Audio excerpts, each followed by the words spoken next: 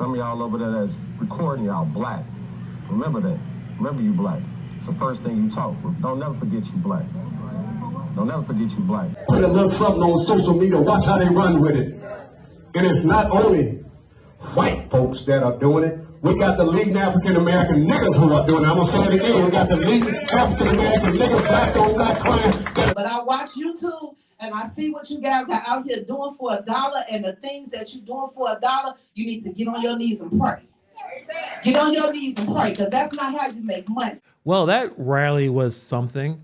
We're going to dive back into the chaotic saga of the super mayor, Tiffany Henyard, and her ride or die supporters, Kamal Woods and Andrew Holmes. They actually spoke. I couldn't believe it. So if you ever wonder what happens when politics turn into reality TV, this is it. On one side, you have Henyard, who's taken her fair share of hits lately, claiming conspiracy, voter suppression, and on the other hand, you have her loyalists, Woods and Holmes, who are either hyping her up and backing her up or dodging their own issues. It's amazing to me because it doesn't seem like it ever stops. Kamal Woods, Henyard's boyfriend and a Thornton Township employee, and that's the only reason I even talk about him on this channel. I really don't care about their relationship. I really don't care. The only issue that we have, at least on this channel, is that Henyard has a lot of accusations and Kamal Woods works for the township. If he didn't, I wouldn't care.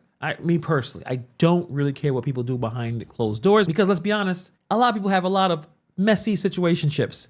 I'm sure you know someone, a friend and a family member, that has a crazy situationship. The problem is when you hire a significant other, it affects public service, right? It affects residents. That's the problem. In this situation, Kamal Woods finally speaks out, and I guess you can call it a public address. They had the media there, and he is out there pledging to go broke for this person. He's willing to go broke for her lady. It's a bold move considering the township is already dealing with unpaid bills and services grinding to a halt. Very interesting stuff.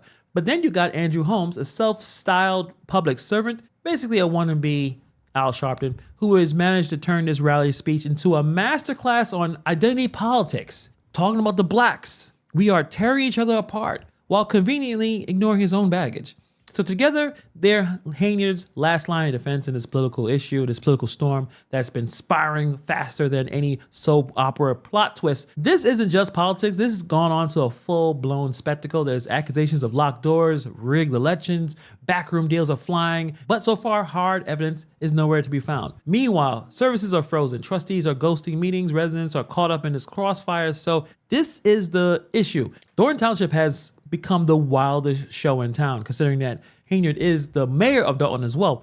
But we're going to stick with the township right at this moment. So as you can see, Henyard is extremely desperate, but she is going on the full offensive on what's going on here. In my opinion, the way this should have went down, instead of having a caucus where she got booted out, they should have had a primary. They should have had the votes. Have everyone who won a vote, and this wouldn't be happening right now.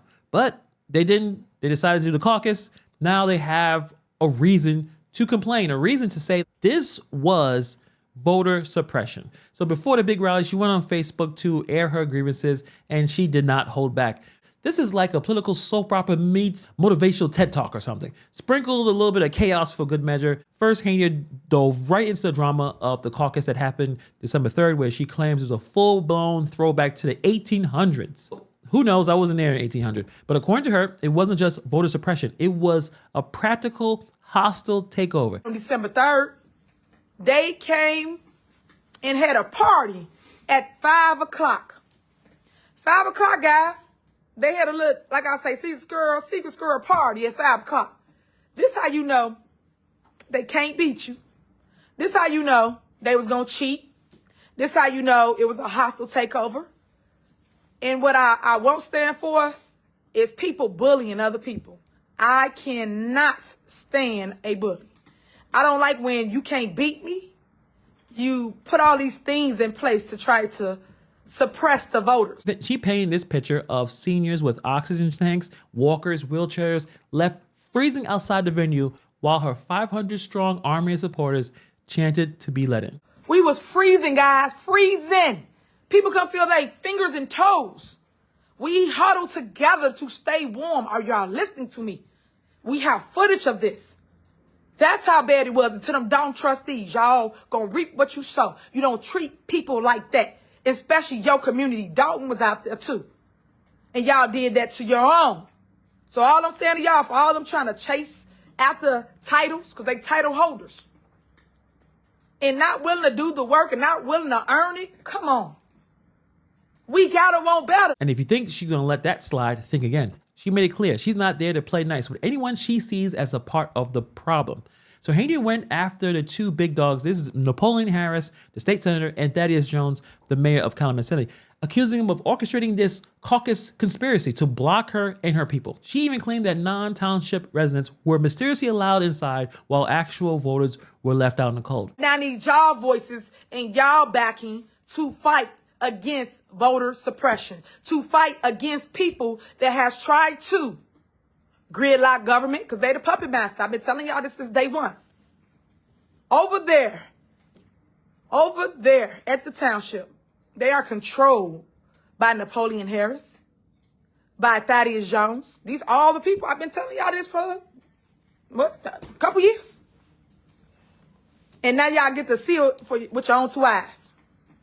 But on that day, nobody should have got treated like that. This isn't a democracy, she said. This is a dictatorship, which is hilarious because that's what a lot of people think that she's been doing. Very dramatic and very entertaining, obviously. But wait, there's more. Henyard isn't just shouting into the void. She's asking for action. She is calling on her supporters to sign affidavits to back her in this upcoming lawsuit to challenge what she calls blatant voter suppression. She compares herself to a gladiator fighting alone in the middle of the political coliseum. And while you have to give her some points for this imagery, it's hard to notice this is basically a full-on PR blitz campaign to try to reframe their narrative. She may have some points here. We'll see exactly how the courts decide, was this voter suppression? The meeting was 7 minutes. Were there barriers for people to come in? These are the questions that I guess the courts are going to have to answer, and both sides are going to bring their opinions and bring some evidence, but that's where it is. Now, Henyard also touched on her history of public service. She claimed that she's been fighting for the community for years while her political rivals sit back and run a dictatorship. She pulled out the classic "I'm one of you" card, reminding her audience that she grew up in the area and she understands their struggles. And Henyard's vowing to fight for voters' rights, framing this as a battle not just for her, but for democracy itself. I thought this was a democracy. It sounded like dictatorship to me. It sounded like voter suppression to me. It sounded like gender discrimination to me. All these things happen, guys.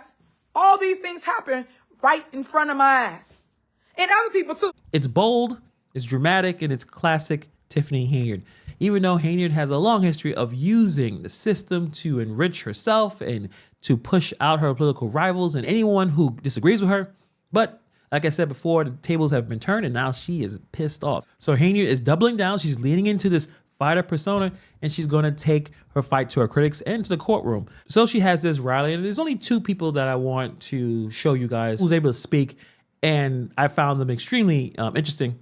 It was Kamal Woods and Andrew Holmes. First, let's go with Kamal Woods. Tiffany Henyard's boyfriend and Thornton Township employee took the stage at her rally, and let me tell you, this was quite a ride. Imagine a mix of passion defense, deflection, and enough vague inspirational talk to make you wonder if he's running for office or just auditioning for another motivational speaker gig. Tell them about your experience. Hey, I don't really do all the public speaking. And say everybody, hey, have a good day. When y'all leave here, don't let nothing take your peace from you. Don't never let nothing take your peace from you. But that day, in that room, and the people that still standing on the side recording, and the way you put it out there on the news, y'all dead wrong. Some of y'all over there that's recording, y'all black. Remember that. Remember you black. It's the first thing you talk. Don't never forget you black. Don't never forget you black. Don't never forget that they took your right to vote that day. You ain't gotta hide. They took your vote. You from Harvey, right? They took your vote too. You know what happened. Tell them the truth. You don't know how I feel to get beat down every day, 365 days out of the year. She gonna outwork you. She gonna outwork you. She gonna outwork you. You're gonna keep chasing her. You're gonna keep following the story. You're gonna keep following the story. That's your job. Her job is to take care of the community. It started right here in this room. That's right. In 2021, the dream began to revitalize Dalton. To revitalize Dalton, it started right here, in this room. In this room.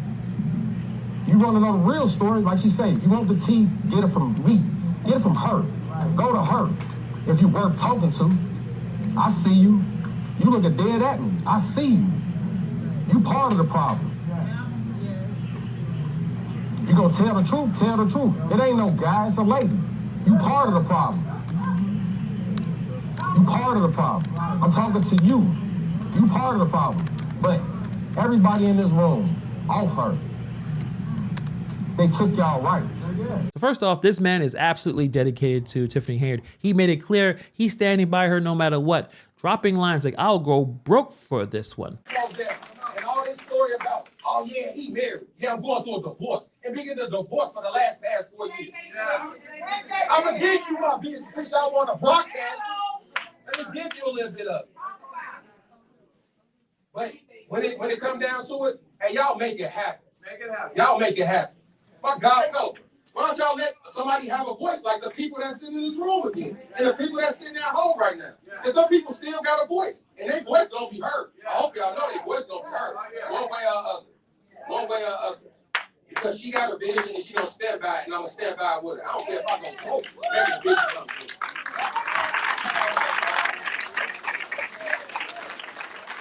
Romantic? Sure. Relevant to the political issues right now? Not really. It seems like he's just trying to add some emotional weight to this rally, but it lands more like a sideshow to the main event. Then there's his attempt to rally the crowd about anecdotes about community unity, with history being erased from schools. It's a bold pivot that seems a little disconnected from the voter suppression claims that Henyard is talking about right now.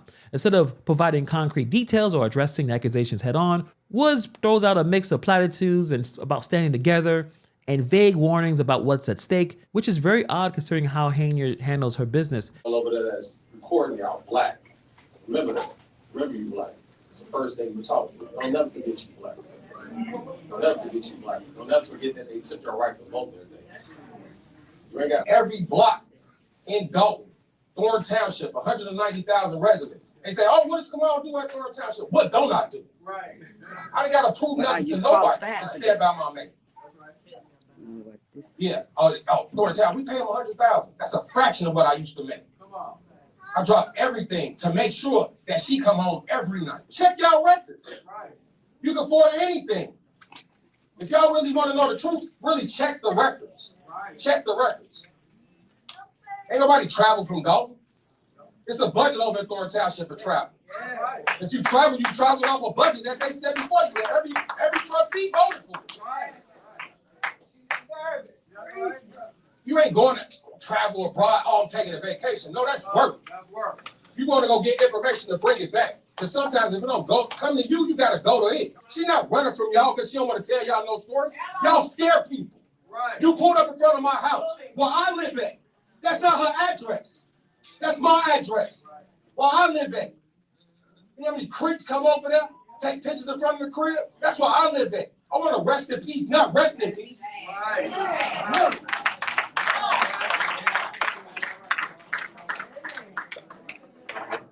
Y'all really got to get it together as black people. Unite. If y'all not gonna do anything, lock arms. Right. We've seen the meetings. We've seen the meetings in Dalton and the township. I don't think Henyard really cares about standing together unless you 100% agree with her. If you are loyal to her, she'll stand with you. If you're not at all, she's going to give you a problem. But the highlight, though, it has to be when he calls out the political system for its hypocrisy while forgetting Henyard's own issues. The irony is almost poetic. This is the guy tied to someone accused of locking opponents out and shifting meeting venues last minute. But now he's outraged by others doing the same. Self-awareness is just, he doesn't have it. But at the end of the day, Kamal Woods' speech was heavy on theatrics, but light on substance. It's political theater at its finest, but does it move the needle for Henyard's cause? Probably not. This is the guy I really want to talk about. Andrew Holmes took the mic at Tiffany Henyard's rally, and I find it extremely interesting because the man does not talk, even though he's a trustee in Dalton. Not sure why he's there in the township, but he doesn't talk at all, doesn't bring anything to the table. He is just a statue there, which is interesting compared to meetings a couple years ago before that issue that happened in Las Vegas. he was one of the people that talked as much as any other trustee. But he took the mic, and let me tell you, this speech was a roller coaster of deflection, identity politics, and a bit of a nostalgia for civil rights leaders that I think he wished he was. And Holmes managed to talk about everything except the elephant in the room, the chaos surrounding Henyard, voter suppression claims, and his own questionable history. It's not Cook County and it's not Crook County. It's the people who live in this county. In the state of Illinois. And they ask, oh, is Dr. King resting? Is Malcolm X resting? No, they ain't resting. With all the hell that's going on up in here in Illinois, and then you want to point fingers and you want to blame people, then you want to tell damn lies on people and try to downgrade people's name and try to downgrade what people do. They did that with Martin. They did that with Malcolm. They tried Farrakhan. They tried Flager. All of them failed. These shall fail. King walked many miles and many streets, not only in the state of Illinois, the county of Cook, but all across the United States. Social media has come so damn damaged that, you know, they send a message faster than you can tell the damn truth here in Illinois. And people take it and they run with it. Social media destroy friends, destroy brothers, destroy sisters, destroy families, destroy fathers who are trying to take care of their children. Put a little something on social media, watch how they run with it. And it's not only white folks that are doing it. We got the leading African-American niggas who are doing it. I'm going to say it again. We got the leading African-American niggas, black on black crime, that are doing it, trying to take others down. For what? When you try to lift people up, you try to help people, you got seniors crying, family won't go to even see their own relatives that are locked down and shut in. Family won't go to see the seniors that are in the senior homes. The seniors don't even know their family until somebody strange come to your door and bring you a box of food or bring you a gift or say, hallelujah, have mercy, I'm your family. It's a damn disgrace the way we do each other. You get a job, but you try to destroy somebody on account of somebody say something. He say, she say. Who's on the elevator? Nobody with the way it's going right now today. It's just like shooting somebody on the street, shooting down. No, it ain't. Check out social media. That's the new gun. Social media is the gun that points at you and try to stop you from doing what you do. We've been beat down, struggled. What was the use of going to Black history in school, learning about how to advance? You tell your children today, this is what Martin did, this is what Malcolm did. But when you turn around in reality, when that brain start clicking, how? When they trying to destroy each other now. It's not the white man. That's old news. Check out the social media with the new news. Black on black crime. King walked so far. Now it's out here in Thornton Township. It was in Chicago. Think about it, Marquette Park. We got a new park. It's called Thornton Township Park. Look what was doing. Look what was happening. Have respect and decency, if not for you, but for your mother, your grandmother, your elderlies that are deceased and fought for the rights, and now you turn around on your own family and try to take away the damn right.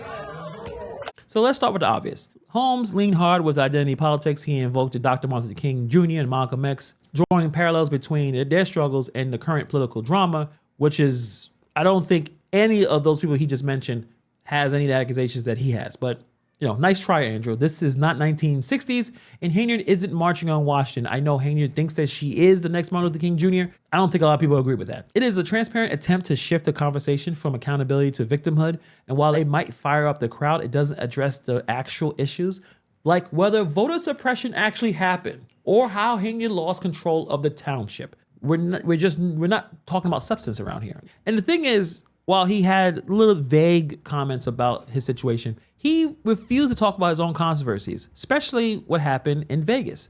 For someone who positions himself as a public servant, someone who is a public servant as a trustee of Dalton, dodging accountability for past instances, dodging the ability to even talk about what happened is peak hypocrisy.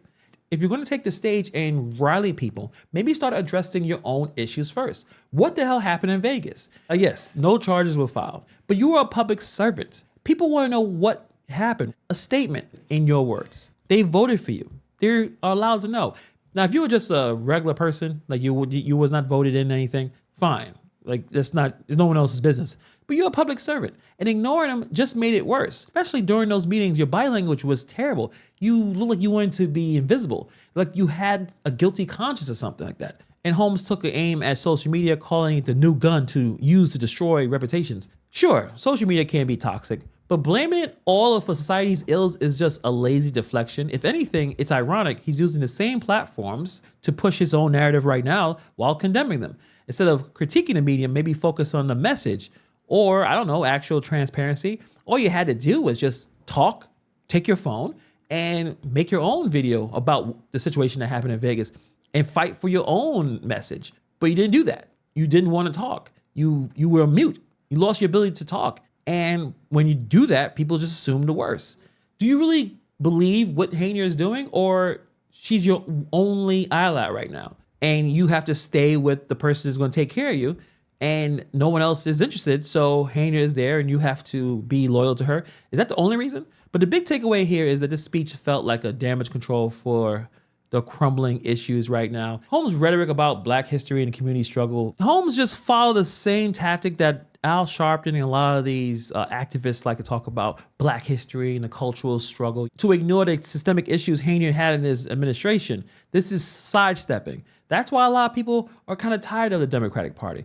They're tired of being fed platitudes when they want is real accountability and action. Holmes said a lot, but he didn't really say anything at all. It's speeches like this that leave me wondering, are we here for solutions or just a performance? Whatever it was, I don't think it did much to move the needle for Henyard or her supporters. Right now, her faith, it has to be in the court.